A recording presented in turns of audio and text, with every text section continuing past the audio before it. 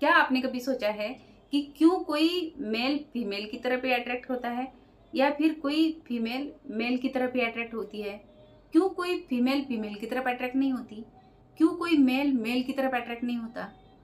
क्योंकि जो फीमेल होती है और जो मेल होता है, इनमें अलग अलग प्रकार की एनर्जीज होती है।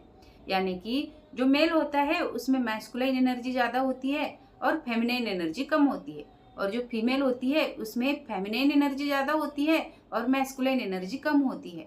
अब इसमें मैस्कुलाइन ज़्यादा है और इसमें फेमिनाइन ज़्यादा है, तो इनके अंदर जो कमी होती है एनर्जी की, एनर्जी इम्बैलेंस होती है, तो ये जो है एक दूसरे की तरफ इसलिए अट्रैक्ट होते हैं अपनी कमियों को पूरा करने के लिए। मेल में फेमिनाइन एनर्जी का कम होना और फीमेल में मैस्कुलाइन एनर्जी का कम होना।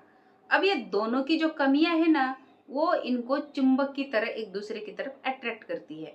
इसलिए मेल और फीमेल एक दूसरे की तरफ अट्रैक्शन फील करते हैं। अब ये एनर्जियां इम्बैलेंस क्यों होती है?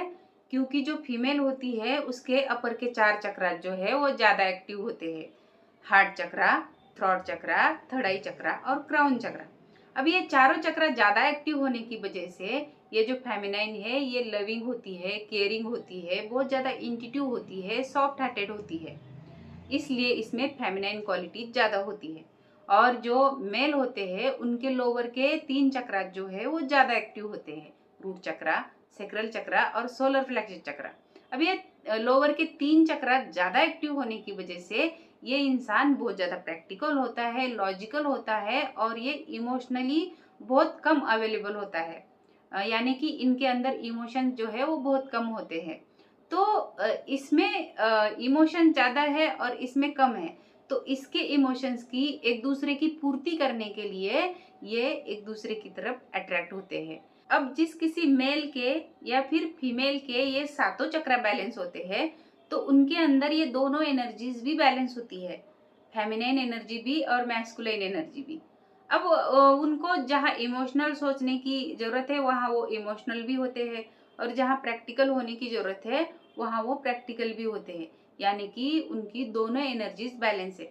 और इसी तरीके से जिनके चक्रास बैलेंस होते हैं उनके रिश्ते भी हर एक के साथ बहुत अच्छे और गहरे होते हैं।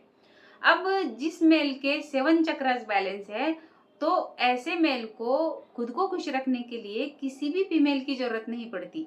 और किसी फीमेल के सातों चक्रा बैलेंस है, दोनों एनर्जीज बैलेंस है, तो ऐसी फीमेल को भी अपने लाइफ में खुश रहने के लिए किसी मेल की जरूरत फील नहीं होती। तो इस तरीके से हमारे जो 7 चक्रास है वो बैलेंस होना बहुत जरूरी है। जब चक्रास बैलेंस होते हैं तो हमारी लाइफ में सक्सेस आती है, खुशी आती है और हमारे रिश्ते भी बहुत अच्छे होते हैं।